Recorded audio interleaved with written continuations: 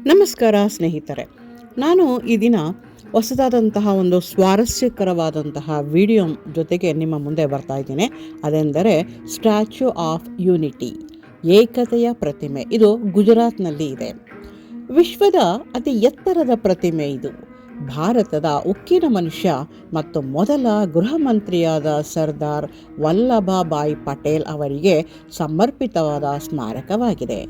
ಭಾರತವನ್ನು ರಾಜಕೀಯವಾಗಿ ಒಂದುಗೂಡಿಸುವಲ್ಲಿ ಪಟೇಲರು ನೀಡಿದ ಮಹತ್ತರ ಕೊಡುಗೆಯ ನೆನಪಿಗಾಗಿ ಇದನ್ನು ಏಕತೆಯ ಪ್ರತಿಮೆ ಎಂದು ಕರೆಯಲಾಗಿದೆ.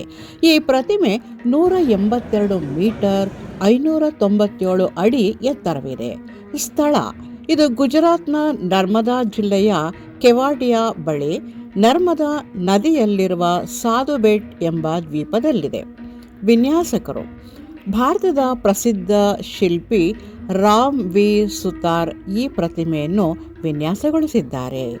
ಲೋಕಾರ್ಪಣೆ: ಭಾರತದ ಪ್ರಧಾನಿ ನರೇಂದ್ರ ಮೋದಿಜಿ ಅವರು ಪಟೇಲರ 143ನೇ ಜನ್ಮದಿನದ ಅಂಗವಾಗಿ 31 ಅಕ್ಟೋಬರ್ 2018 ಉದ್ಘಾಟನೆ ಮಾಡಿದ್ದಾರೆ.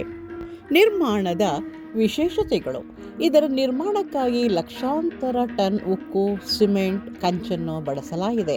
ಲಕ್ಷಾಂತರ ರೈತರಿಂದ ಸಂಗ್ರಹಿಸಿದ ಕಬ್ಬಿಣದ ಉಪಕರಣಗಳನ್ನು ಕರಗಿಸಿ ಇದರ ತಳಪಾಯದಲ್ಲಿ ಬಳಸಲಾಗಿದೆ. ಭದ್ರತೆ: ಇದು ಗಂಟೆಗೆ 180 ಕಿಲೋಮೀಟರ್ ವೇಗದ ಗಾಳಿ ಮತ್ತು ರಿಕ್ಟರ್ ಮಾಪಕದಲ್ಲಿ 6.5 ತೀವ್ರತೆಯ ಭೂಕಂಪವನ್ನು ತಡೆದುಕೊಳ್ಳುವ ಸಾಮರ್ಥ್ಯ ಹೊಂದಿದೆ. ಪ್ರವಾಸಿಗರಿಗೆ ಆಕರ್ಷಣೆಗಳು: ಪ್ರತಿಮೆಯ ಎದೆಯ ಭಾಗದಲ್ಲಿ ಪ್ರವಾಸಿಗರಿಗಾಗಿ ಗ್ಯಾಲರಿ ನಿರ್ಮಿಸಲಾಗಿದೆ. ಇಲ್ಲಿಂದ ನರ್ಮದಾ ನದಿ ಮತ್ತು ಸರ್ದಾರ್ ಸರೋವರ ಅಣೆಕಟ್ಟಿನ ಸುಂದರ ನೋಟವನ್ನು ಸವಿಯಬಹುದು. ಅದಲ್ಲದೆ ವಿಂಧ್ಯಾಚಲ ಹಾಗೂ ಸಾತ್ಪುರ ಪರ್ವತ ಶ್ರೇಣಿಗಳನ್ನು ಅದನ್ನು ಕೂಡ ನಾವು ನೋಡಿ ಆನಂದಿಸಬಹುದು. ವಿಂಧ್ಯಾಚಲ ಹಾಗೂ ಸಾತ್ಪುರ ಪರ್ವತ ಶ್ರೇಣಿಗಳ ನೋಟ ಬಹು ಸುಂದರವಾಗಿ ನಮಗೆ ಕಾಣಿಸುತ್ತೆ.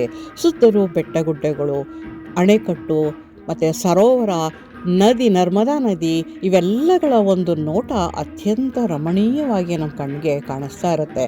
ಬಹಳ ಸಮಯವರೆಗೂ ಇಲ್ಲಿ ನಾವು ಕಾಲವನ್ನು ಕಳೆಯಬಹುದು. ಆ ವಿಗ್ರಹದ ಒಂದು ಕಾಲು ಬೆರಳಿನ ಅಷ್ಟು ಕೂಡ ನಾವು ಎತ್ತರ ಬರೋಕ್ಕೆ ಸಾಧ್ಯ ಇಲ್ಲ. ಅಷ್ಟು ಎತ್ತರವಾಗಿ ಈ ಒಂದು ಪ್ರತಿಮೆಯನ್ನು ನಿರ್ಮಾಣ ಮಾಡಿದ್ದಾರೆ. ಸಂಗ್ರಹಾಲಯ: ಪ್ರತಿಮೆಯ ಕೆಳಭಾಗದಲ್ಲಿ ಸರ್ದಾರ್ ಪಟೇಲರ ಜೀವನ ಮತ್ತು ಭಾರತದ ಏಕೀಕರಣದ ಇತಿಹಾಸವನ್ನು ಸಾರುವ ದೊಡ್ಡ ಮ್ಯೂಸಿಯಂ ಮತ್ತು ಆಡಿಯೋ ವಿಜುವಲ್ ಗ್ಯಾಲರಿ ಇದೆ. ಇಲ್ಲಿ ನಾವು ಅವರ ಇಡೀ ಒಂದು ಜೀವನ ಚಿತ್ರವನ್ನು ಕೂಡ ನೋಡಬಹುದು. ಜೊತೆಗೆ ಅಲ್ಲಿ ಬೇರೆ ಬೇರೆ ಫೋಟೋಗಳ ಮೂಲಕ ನಮಗೆ ತಿಳಿಯಪಡಿಸುವಂತಹ ಒಂದು ಅನುಕೂಲವನ್ನು ಕೂಡ ಇಲ್ಲಿ ಮಾಡಿಕೊಟ್ಟಿದ್ದಾರೆ. ಇತರ ಆಕರ್ಷಣೆಗಳು: laser light show, valley of flowers, cruise boating ವ್ಯವಸ್ಥೆ ಇಷ್ಟೆಲ್ಲವನ್ನು ಕೂಡ ಬರುವಂತಹ ಒಂದು ಪ್ರವಾಸಿಗರಿಗೆ ಆಕರ್ಷಣೆಯನ್ನು ಉಂಟು ಮಾಡುತ್ತೆ. ಟಿಕೆಟ್ ದರ: ವಯಸ್ಕರಿಗೆ 150 ರೂಪಾಯಿಗಳಾದರೆ ಮಕ್ಕಳಿಗೆ 90 ರೂಪಾಯಿಯನ್ನು ಟಿಕೆಟ್ ವಿಧಿಸಲಾಗಿದೆ. ಇದರ ನಿರ್ಮಾಣ ವೆಚ್ಚ ಸುಮಾರು 3,000 ಕೋಟಿ ಅಷ್ಟು ವೆಚ್ಚವಾಗಿದೆ. ಸರ್ದಾರ್ ವಲ್ಲಭಭಾಯಿ ಪಟೇಲರ ವಿಗ್ರಹ ವಿಶ್ವದಲ್ಲಿಯೇ ಅತ್ಯಂತ ಎತ್ತರವಾದುದು. 182 ಮೀಟರ್ 597 ಅಡಿ ಎತ್ತರವಿದೆ. ಇದರ ಪೀಠದ ಎತ್ತರವನ್ನು ಸೇರಿಸಿದರೆ 240 ಮೀಟರ್ ಎತ್ತರವಾಗಿರುತ್ತದೆ. ಅಮೆರಿಕದ ಸ್ಟ್ಯಾಚ್ಯೂ ಆಫ್ ಲಿಬರ್ಟಿ ವಿಶ್ವದಲ್ಲಿಯೇ ಅತ್ಯಂತ ಜನಪ್ರಿಯವಾದ ವಿಗ್ರಹವಾಗಿದೆ. ಇದು 93 ಮೀಟರ್ ಎತ್ತರವಿದೆ. ನ್ಯೂಯಾರ್ಕ್ನಲ್ಲಿರುವ ಈ ಸ್ಟ್ಯಾಚ್ಯೂ ಆಫ್ ಲಿಬರ್ಟಿಯನ್ನು ಸ್ವಾತಂತ್ರ್ಯದ ಪ್ರತಿಮೆ ಎಂದು ಕರೆಯುತ್ತಾರೆ. ಇದು ಅಮೆರಿಕದ ಸ್ವಾತಂತ್ರ್ಯ ಮತ್ತು ಪ್ರಜಾಪ್ರಭುತ್ವದ ಸಂಕೇತವಾಗಿದೆ. ಆಕೆ ಧರಿಸಿರುವಂತಹ ಕಿರೀಟದಲ್ಲಿ 7 ಮುಳ್ಳುಗಳಿದ್ದು ಇವು 7 ಸಮುದ್ರಗಳನ್ನು ಮತ್ತು 7 ಖಂಡಗಳನ್ನು ಪ್ರತಿನಿಧಿಸುತ್ತದೆ. ಪ್ರಪಂಚದಾದ್ಯಂತವಿರುವ ಪ್ರವಾಸಿಗರನ್ನು ಆಕರ್ಷಿಸುವ ಪ್ರಮುಖ ಪ್ರವಾಸಿ ತಾಣವಾಗಿದೆ.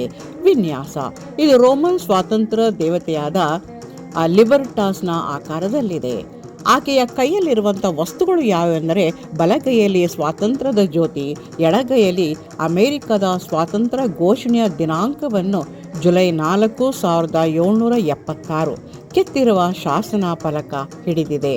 ಈ ಪ್ರತಿಮೆ ನ್ಯೂಯಾರ್ಕ್ನ ಲಿಬರ್ಟಿ ದ್ವೀಪದಲ್ಲಿದೆ.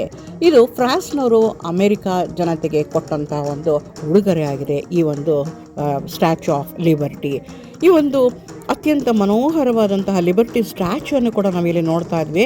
ಇದು ಅಮೆರಿಕದ ನ್ಯೂಯಾರ್ಕ್ನಲ್ಲಿ ಇದೆ. ಅತ್ಯಂತ ಎತ್ತರವಾಗಿ 93 ಮೀಟರ್ನಷ್ಟು ಎತ್ತರವಾಗಿದೆ.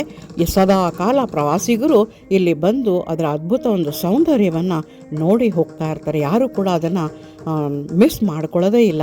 ಭಾರತದಲ್ಲಿ ಸರ್ದಾರ್ಜಿಯ ಎತ್ತರವಾದಂತಹ ವಿಗ್ರಹದ ಜೊತೆಗೆ ಇದು ಲಿಬರ್ಟಿ ಆಫ್ ಸ್ಟ್ಯಾಚ್ಯೂ ಅತ್ಯಂತ ಜನಪ್ರಿಯವಾಗಿರುವಂತಹ ಒಂದು ಪ್ರತಿಮೆಯಾಗಿದೆ. ಈ ಎಲ್ಲ ಮಾಹಿತಿಗಳು ನಿಮಗೆ ಇಷ್ಟವಾಗಿದ್ದರೆ ಲೈಕ್ ಮಾಡಿ, ಸಬ್ಸ್ಕ್ರೈಬ್ ಮಾಡಿ.